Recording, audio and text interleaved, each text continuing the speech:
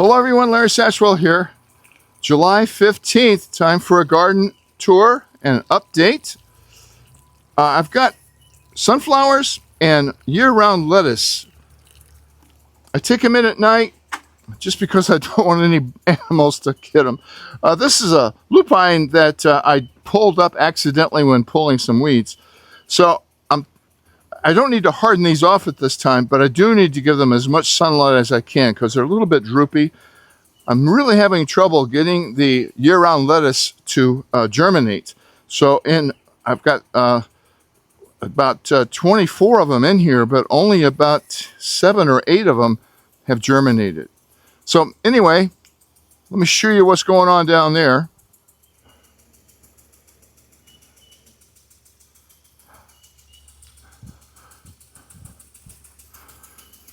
We have had about a week without rain, so it's been in the high 90s every day, high humidity. This is about 7:30 in the morning, so it's a really good time to water.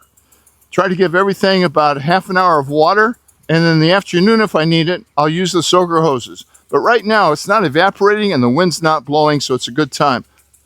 Let me turn the water off and we'll go down to the garden. Well, since we're at the top of the garden, let's just start up here. Right over here, I have the false sunflowers, and they are finally starting to bloom. This is my African purple basil. It hasn't bloomed yet because I've cut it all back. Something's eating on it, but it's not going to be a problem. This is going to fill out, and by the time we have the pollinator census, it's going to be beautiful. I'm really happy with this yellow zinnia down here. That has really done well. It's big enough and dense enough that it's cut a lot of weeds out. We've got a lot of sage and other things coming up in here. This big plant right here is actually a chrysanthemum, and it will look like Shasta daisies this fall. That's the tub I buried last year, and I have lost a plant because it just isn't holding enough water. It's not very deep. These verbena shouldn't have come up in here. I don't know why they did. This is off of the cutting. This is cardinal flower. This one's looking really good, and that one looks like it's gone. So, trying to keep water in here. These 4 plants here all came from the same package. I sowed them in the basement. This is Thai basil, and it's delicious. But the difference is that this is not going to be a sterile flower. So these are starting to bloom. The African purple basil down there does not produce seeds. That's why it blooms for such a long period of time. The batistia down here has come and gone, long gone, but I have cut it back and it is starting to branch out. This is a new branch. All of those are new branches. So it's going to be a lot bushier next spring than it was this year. This is Prunella grandifloria. Bella Deep Rose. It's supposed to be planted in a little more shade than I've got it in. It has been blooming. Right now, I don't know if I should deadhead it or what. I think it's going to spread in this area. It's right next to my dianthesis that I have over here. And I still have that Miracle Gross garden soil. It was on sale, so I bought some. I'm not sure when I'll ever use it. I want this area to fill in with yarrow. I've got this variety. This is going to be a red variety if I can keep the weeds out of it. This yarrow will spread underground and above. This is yellow variety and this is a red variety. And I've got some white over here. I have cut it back quite a bit. And I've got a lot of new growth right in here that I don't know if will bloom this year or not. So we'll kind of give you a panoramic view and we'll go down there to the vegetable garden right after this, but this is what the garden looks from the top of the hill. This year has been a very good year for me as a learning experience. Let's go down and see what's going on down there. This is what I'll call my potato bucket. It has been a lot of things over the years. My neighbor, which used to be a greenhouse across the street, won several of these at the Atlanta Garden Show, and I talked her out of one. So it originally was a sandbox for my children and My youngest is now in her 30s, so she's the youngest of the 6. And so that was a long time ago. It is 5 feet across and 17 inches deep. And I had it filled with the killer compost, and this is where I've been growing potatoes. After the sandbox, I blocked off all of the drainage holes, and for several years, it was my goldfish pond. And it just wasn't big enough for me, so I outgrew it. But anyway, I'm going to have to be filling this over the summer here with different things. I can't use the hay. I'm afraid to use the straw. And I'm probably going to end up putting grass clippings in here because I don't do anything on my grass. If you've seen my lawn, you know what I'm talking about. Anyway, it was a dismal showing of potatoes because of the killer compost. I think we may have had 8 to 10 potatoes we could actually eat. The rest started growing again, so I've completely emptied it. Most of it is over here, and over the years, what will happen here is this canna lily. The canna lily here will spread into that, and it'll just stay here. Let me show you this Jerusalem artichoke right behind me. There's a bee working on it. A couple of bees working on it now. This is Jerusalem artichoke, and it grows here every year. I don't pick it up. It is edible, but we don't use it. I use it for the bees. And this is one that the deer chopped off. That's why this alarm is where it is. This is where the lettuce was. It has since come and gone, but the carrots are here. Let me get this big crabgrass out of here. This is also where I'll be putting the lettuce that I have up there. I said I didn't have to harden it off. Actually, I have to get it used to the heat. So I bring it in and take it out. But these carrots are for the kids when they come to feed the animals. We do use them occasionally, but I mainly grow them for that. This is the fence I had my cucumber vines on. I see a hummingbird coming into the cantaloupe.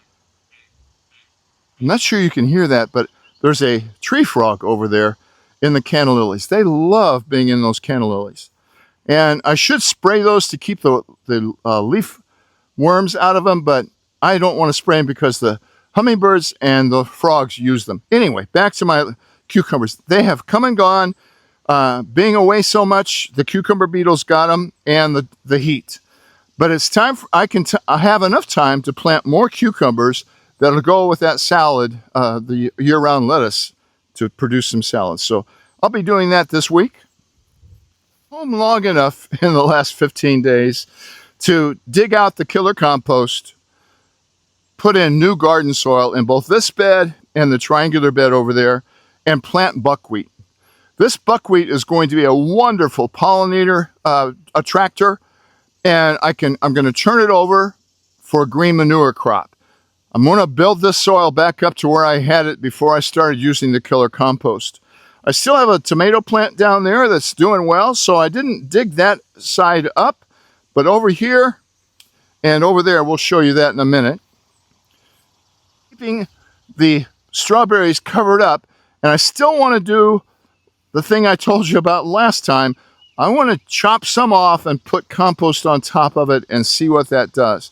Right now, they're really crowded, and I have a really hard time overwintering them.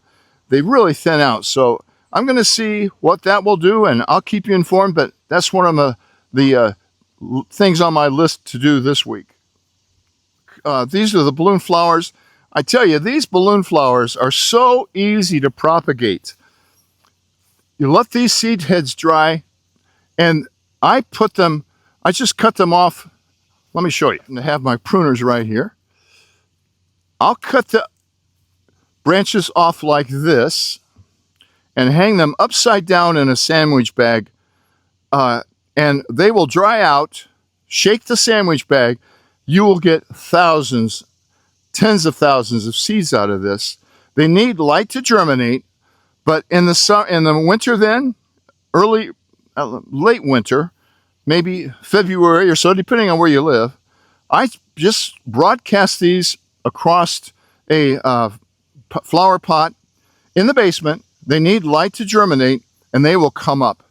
Once they're you know, a quarter of an inch, 3/8 of an inch tall, I transfer them to individual peat pots.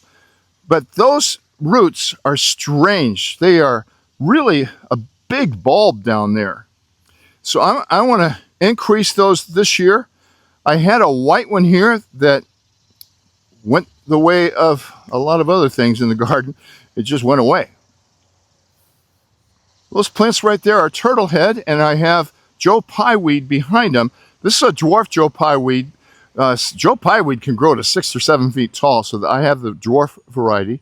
And these beautiful daisies are black-eyed Susans in front of me. Going yet, the sun is not quite up, and the battery holds it for most of the night, but it will not hold it overnight. But I see some starting to come over. I have this beautiful echinacea right here, and behind it are the tobacco plants. And these petunias are doing really well. Not so much for the tobacco plants that I bought at the nursery. They are right there, and a few of them have died, but they've never gotten as tall as the ones I planted myself. Again, those plants, easy to propagate. They need light to germinate, but one package of seeds, I think I went over that. One of the packages had 10 seeds in it. I think the one from Baker Creek had hundreds of seeds in it. So this is a yard of garden soil, costs $35 in bulk like that. Yeah, it's a pain, but I would have to haul bags over here, and I think the bags are $5 or $6 a piece, and it was maybe 1 cubic foot, 2 cubic foot. It's not even a cubic yard. So this is a full yard. I dug down here about 10 inches, took the corn stalks that the raccoons ate, took some other dirt out of the chicken coop that had a lot of nitrogen in it, put that on top of the corn, and then on top of that, this yard of garden soil. And again, planted buckwheat in here. It's a little sparse right now. The way I planted it, I just broadcast it and then raked it in. So some of these seeds are a lot deeper than others. So the corn is gone. I chopped it all off. I'll probably go ahead and put some buckwheat in here, but I haven't done it yet. My tomatoes, because of that corn, are coming on a little bit late and a little bit one at a time. But I really like these varieties and the paste tomatoes. I think this is going to make my go-to paste tomato variety from now on. It is paste. It's called Zenzei, Zenzei. It's an indeterminate type. And what I've been doing, as they ripen, I've been putting them in plastic bags and freezing them. So I'll have enough by the end of the season to make some spaghetti sauce that I usually make about every other year. And we used our last bottle about a week ago. As I showed you, are called Jasper. They're another independent variety. They are great for snacking on. I just put them in a bowl on the kitchen counter and grab a handful as I go by. This tomato is called Ruby Dawn. Actually, this is a zinni. Here's a Ruby Dawn right here. And I think I'll be planting these again. They're a pretty early tomato. So this is what I've been doing, picking them when they're like this, putting them in the freezer.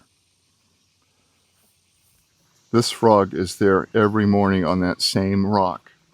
And a lot of times in the afternoon. I'm not sure why. It's 98 degrees and that frog will be sitting there. But anyway, I think that's where I'm going to leave you today. If the waterfall were working right now, I'd leave you over there, but it's not. In between the sirens and the flashing lights. This is really a peaceful place. I have to go in and edit this video, but this is a great place for a second, third, or fourth cup of coffee or an afternoon iced tea break. Right now it's pretty much covered with water lettuce, and I like it like that because we have a great blue heron that hangs out around our yard about this time of year. They do have the cave. There's a water cave that can go in underneath the waterfall for some protection. I need to get rid of the big koi I have in here. They've outgrown this pond, but I'd like to redo this pond this fall. Of course, that's another video. Wherever you are, if your garden is in your head or in the ground, I wish you peace, and until next time in the garden, be careful, be safe. Thanks for watching.